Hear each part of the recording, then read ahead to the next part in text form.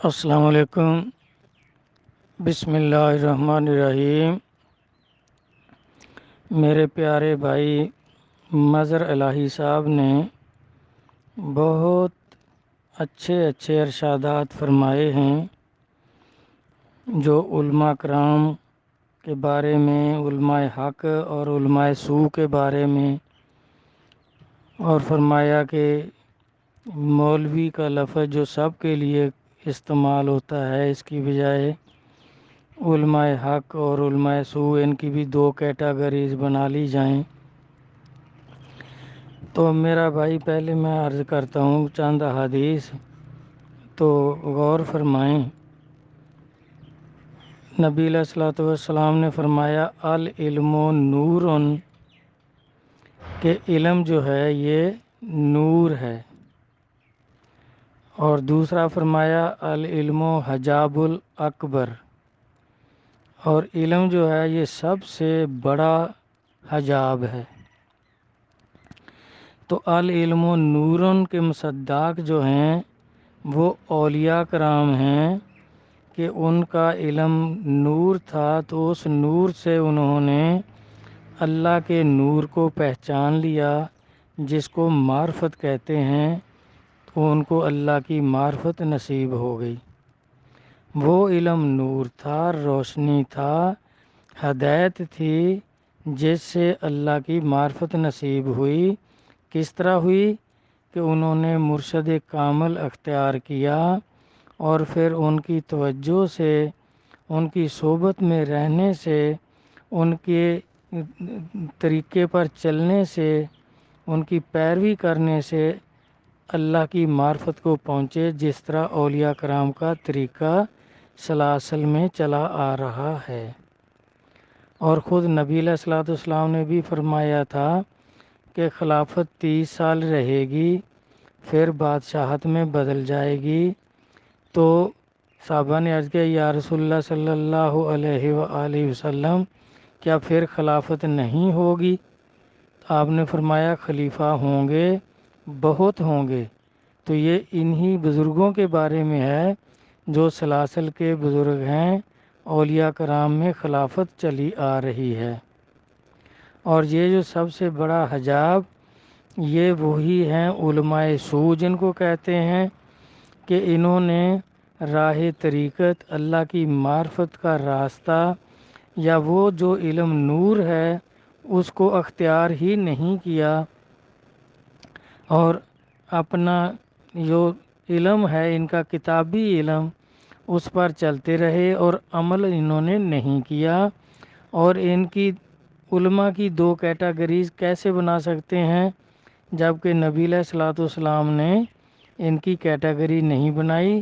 یہ العلم نورن اور العلم حجاب الاکبر، یہ دو کیٹاگریز ہیں کہ علم نور ہے، وہ اولیاء کرام کو نصیب ہے، اور علم بڑا حجاب ہے، یہ جو فرقوں کے مولوی ہیں یہ ان کا مقدر ہے۔ اب پھر دیکھیں، یہی انہوں نے یہ سب احادیث لکھی ہیں، ان کے تراجم بھی کیے ہیں۔ اگلی حدیث ہے، نبی علیہ الصلوۃ والسلام نے فرمایا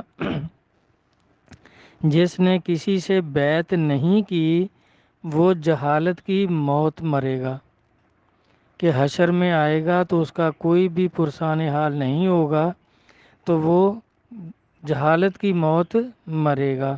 تو اس طرح یہ دیکھیں، یہ جو فقہ کے امام ہیں، انہوں نے چاروں اماموں نے کسی سے بیعت نہیں کی۔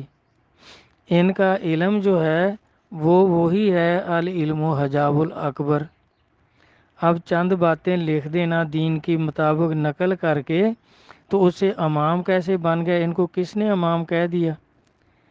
اب انہوں نے کس کی پیروی کی ہے؟ کیا یہ نبی تھے کہ ان کی جو بات ہے انہوں نے جو کہہ دیا بس وہ اس پہ آپ اس کو فالو کریں؟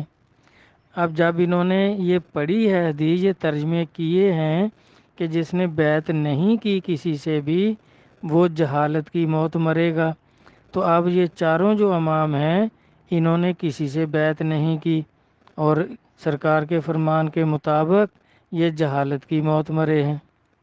کیونکہ اس وقت دیکھیں، جس طرح آپ کہتے ہیں کہ سری شکتی بزرگ جو ہیں اور معروف کرکھی کسلہ سے لذیذ، خواجہ جنید بغدادی کسلہ سے لذیذ، یہ ان کے ہم اثر ہیں۔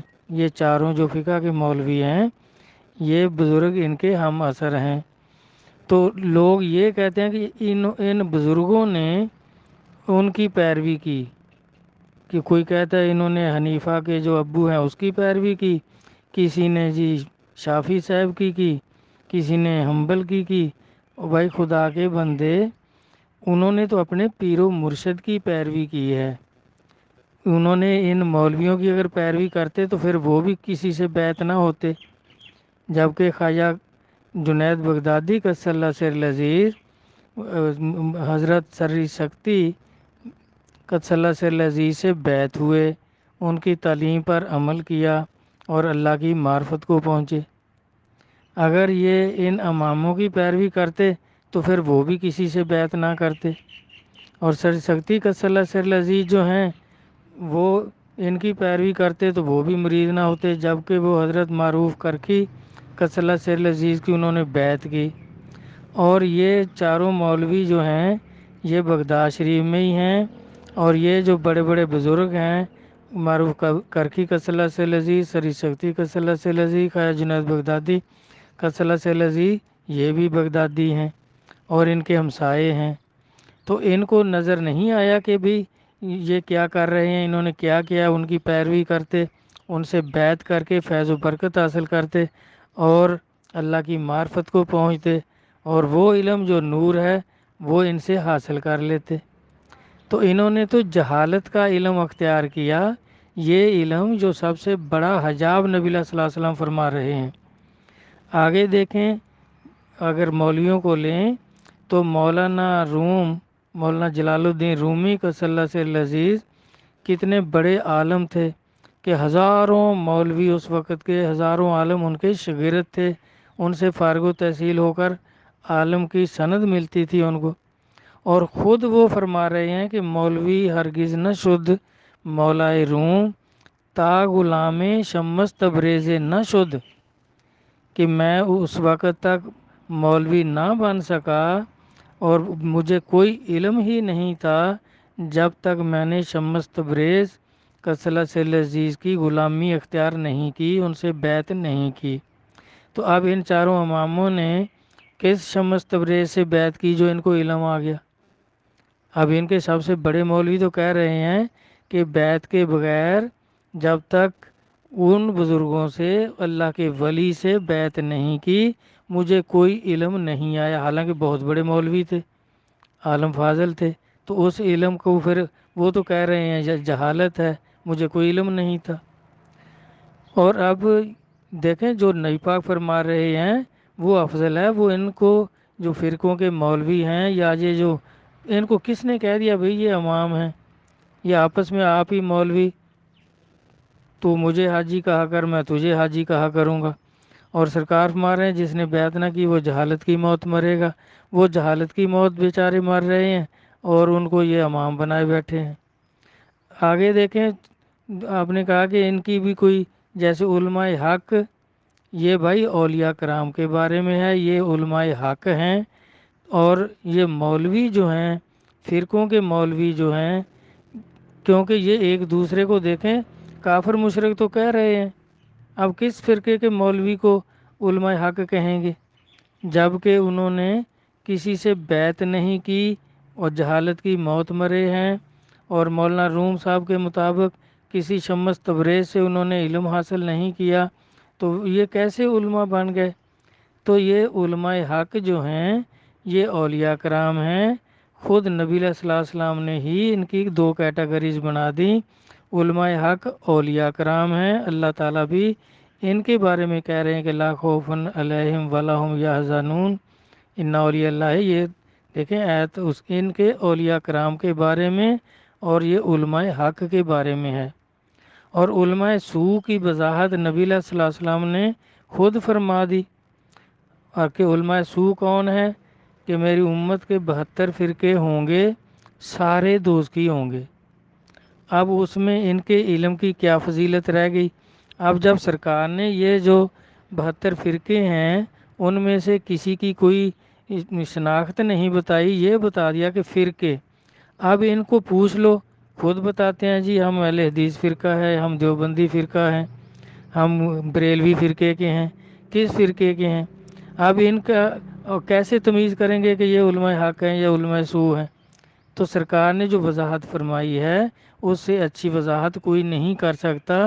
آپ کس طرح لوگوں کو سمجھائیں گے کہ مولویوں میں کون سا مولوی جو ہے یہ علماء حق ہے اور کون سا مولوی علماء سو ہے، جبکہ سارے ہی مولوی، سارے ہی فرقے ایک دوسرے کو کافر، مشرک، بدعتی، گستاخ رسول، اس طرح کے یہ فتاوے ان کے موجود ہیں۔ تو سرکار نے 2 کیٹیگریز خود بنا دیں کہ علماء حق جو ہیں وہ اولیاء کرام ہیں، اور علماء سو جو ہیں یہ فرقوں کے مولوی ہیں، اور فرقے سارے دوست کی ہیں، کیونکہ اللہ نے قرآن پاک میں فرمایا وَلَا تَفَرَّقُوا، فرقے نہ بناؤ، اور سورۃ انعام میں بھی فرمایا کہ فرقے فرقے نہ ہو جانا اور امت کو فرقوں میں تقسیم نہ کرنا۔ تو یہ فرقے بنانے سے باز نہیں آتے، تو اس لیے ان کی تو شناخت خود اللہ اور اللہ کے رسول نے فرما دی کہ بھئی یہ جو فرقے ہوں گے، جس کے ساتھ فرقہ لگ جائے گا وہ علماء سو ہیں، اور جن کے ساتھ سلاسل ہوں گے، جن کا اختلاف نہیں ہوگا۔ اب دیکھیں غوث اعظم قدس اللہ سر العزیز، ان کے آگے ان کو قادری سلسلہ کہتے ہیں کیونکہ آپ کا نام تھا عبد القادر۔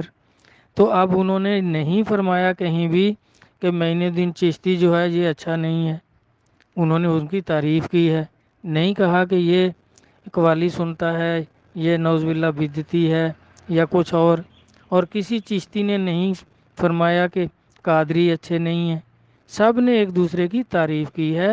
یہ ہیں علماء حق، اور یہ جو ایک دوسرے کو کافر مشرک کہتے ہیں، اگر آپ کہیں کہ مولویوں میں بھی کچھ اچھے ہیں، 2 کیٹیگری بنائیں، آپ بتا دیں کس فرقے کے اچھے ہیں، اس فرقے کے بارے میں باقی سارے فرقوں کی فتاوے موجود ہیں کہ یہ قبریں پوجتے ہیں، کوئی کہتا ہے یہ جو ختم کے بہانے مخلوق کو لوٹتے ہیں، کوئی کچھ، سب ایک دوسرے کو کافر، مشرک، بدعتی، گستاخ رسول تک تو ان کے فتوے موجود ہیں۔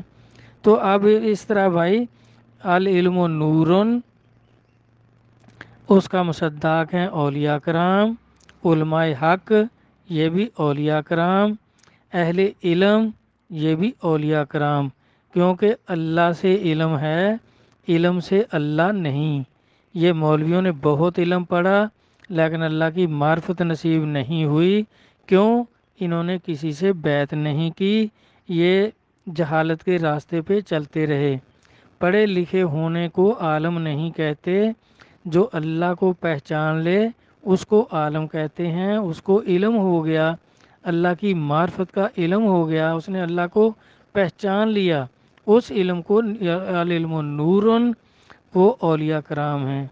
تو جس طرح ان کا علم جو ہے، اولیاء کرام کا علم صحیح ہے کیونکہ اس سے اللہ کی معرفت نصیب ہوئی، اور وہ سب ایک دوسرے سے انہوں نے بیعت کی ہے۔ تو انہوں نے یہ مولوی جو ہیں مولویوں سے بیعت ہوتے ہیں، ایک فرقے کا مولوی اپنے فرقے کے بڑے مولوی سے بیعت کر لیتا ہے۔ تو یہ جو آپ نے فرمایا کہ پھر وہ اولیاء کرام کو بھی، پیران اعظام کو بھی کہتے ہیں جی فلاں علاقے میں ہم نے کوئی پیر دیکھا اور یہ کر رہا تھا۔ اب دیکھیں ان کے بارے میں اللہ رسول کا فرمان ہے کہ یہ گمراہ ہیں، دوزخی ہیں، اور جو 2 نمبر پیروں کے بارے میں یہ اخبار کا تراشا ہے یا مولوی صاحب کا سینہ گزٹ ہے، ویسے اطلاع ہے۔ تو اس طرح پیروں کے لیے اگر یہ لوگ کہتے ہیں جو بھی کہیں، کیونکہ 2 نمبر جو ہیں، 2 نمبر تو اللہ بھی تھے، نمرود، فرعون، شداد وغیرہ، تو اب کیا ان کی وجہ سے ہم اللہ کو بھی تقسیم کریں، اللہ کے بارے میں بھی کچھ اور عقیدہ کریں؟ بھائی جو 1 نمبر ہوتا ہے اس کا 2 نمبر تو لازمی ہوتا ہے، اور 2 نمبر نبی بھی تھے، مسلمہ کذاب سرکار کے سامنے ہی اس نے نبی ہونے کا دعویٰ کیا تھا، اور بعد میں بھی آپ نے فرمایا 30 جھوٹے نبی ہوں گے۔ تو اب یہ ابھی آج یہ چند دن ہوئے ہیں پیچھے، یہ ڈچکوٹ میں فیصل آباد کا ایک گاؤں ہے سمندری کے قریب، وہاں ایک عورت نے نبی ہونے کا اعلان کر دیا ہے۔ تو یہ بھائی 2 نمبری تو ہوگی، جس کا 1 نمبر ہوگا لازمی 2 نمبر ہوگا۔ ہمیں 2 نمبر سے کیا مطلب کہ جی وہ یہ کہتے ہیں مولوی تو پھر ہم ان کے لیے بھی ایسا کریں۔ ہم تو وہی دیکھیں گے جو کسی کے بارے میں اللہ اور اللہ کے رسول نے فرمایا ہے۔ باقی رہ گئی کہ جی غوث اعظم رحمۃ اللہ کی کتابوں میں وہ احمد حنبل کی تعریف کر رہے ہیں، اللہ معافی دے، یہ ان کی کتابوں میں مولویوں نے ہی ایسی باتیں درج کی ہیں، یہ 2 نمبری ہے۔ جس طرح ان کی کتاب کے حوالے سے پچھلے دنوں ایک آدمی نے ہمیں بھی شیئر کیا اس میں گروپ میں، آپ نے بھی سنا ہوگا کہ غوث اعظم قدس اللہ سر العزیز فرماتے ہیں کہ میں تو معاویہ کے راستے میں بیٹھا ہوں کہ ان کے گھوڑے کی اگر دھول مجھ پہ پڑ جائے تو میری بخشش کے لیے وہ کافی ہو جائے۔ اب دیکھیں یہ غوث اعظم رحمۃ اللہ 6 صدی میں ہوئے ہیں، اور معاویہ صاحب جو ہیں وہ 1 صدی میں ہی فوت ہو گئے تھے شام میں۔ اب یہ کوئی 600 سال بعد ان کا گھوڑا کہاں سے آئے گا اور معاویہ صاحب گھوڑے پر کہاں سے آئیں گے جو غوث پاک پر دھول پڑ جائے؟ اس طرح کی یہ من گھڑت باتیں مولویوں نے ہی بزرگوں کی کتابوں میں درج کی ہیں۔ میرا بھائی غوث اعظم رحمۃ اللہ اپنے پیر و مرشد کی پیروی کرتے تھے، احمد حنبل کی نہیں کرتے تھے۔ اسی طرح آپ نے کہا کہ جی میر علی صاحب، پھر میر علی صاحب مرید کیوں ہوئے سیال شریف جا کر؟ تو وہ تو اپنے پیر کی پیروی کرتے تھے، کل بھی ذکر کرتے تھے۔ تو اب یہ کہہ دینا، دیکھیں یہ جو عمل ہیں، جس طرح اب یہ اہل حدیث کہتے ہیں کہ ہم شافعی ہیں، بھئی وہ رہیں شافعی۔ اب رفع جدین کرنا یہ شافعی کی سنت ہے، نبی علیہ السلام کی سنت ہے۔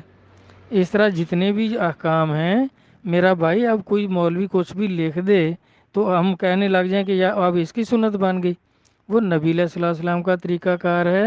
اور ہم تو اپنے بزرگان دین جو اولیاء کرام ہیں بھائی، سب اپنے پیر کی پیروی کرتے ہیں، اور اللہ تعالیٰ فرماتے بھی یہی ہیں کہ اطیعوا اللہ و اطیعوا الرسول و اولو الامر منکم۔ تو اولو الامر جو ہیں یہ اولیاء کرام ہیں، مولوی نہیں ہیں میرا بھائی۔ صاحب اولیاء کرام اپنے پیر و مرشد کی پیروی کرتے تھے، ان کے معمولات اپناتے تھے، اس وجہ سے ان کی توجہ سے، ان کی قوت ارادی سے، ان کے قول و فعل پر عمل کرتے ہوئے، ان کی تعلیم پر عمل کرتے ہوئے اللہ کی معرفت کو پہنچے ہیں۔ تو پیر کے لیے، وہ تو میں اکثر کہتا ہوں کہ پیر کے لیے اللہ کا ولی ہونا شرط ہے، نہ مولوی ہونا شرط ہے، نہ پیر کا باپ اور بیٹا شرط ہے، اور نہ ہی کوئی اور کوئی شرط نہیں۔ ولی ہوگا تو ولایت کا علم پڑھائے گا۔ تو دوسرا رہ گیا کہ بھائی اللہ سے علم ہے، کتنے ولی ایسے ہوئے ہیں جو پڑھے ہوئے نہیں تھے، امی تھے، اور نبی سب امی تھے۔ تو جب اللہ ان کو مل جاتا ہے تو علم خود خود آ جاتا ہے، اس کو علم کہیں گے، وہ العلم نور ہے۔ اور جس کو اللہ نہیں ملا علم، اس نے کتابی علم جتنا مرضی پڑھ لیا تو اس کو اللہ نہیں ملتے۔ جس طرح سب یہ مولوی آپ کے سامنے ہیں کہ بہت پڑھے لکھے ہیں، اور قرآن و حدیث میں جو علماء کی تعریف ہے وہ ساری کی ساری تعریف اولیاء کرام کی ہے، ان مولویوں کی نہیں کہ جو فلاں مدرسے میں پڑھے ہیں۔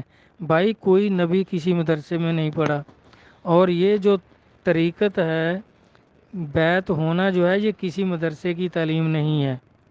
جس طرح علامہ صاحب کہتے ہیں مکتب کی کرامت تھی یا فیضان نظر تھا، کس نے سکھائے اسماعیل کو آداب فرزندی؟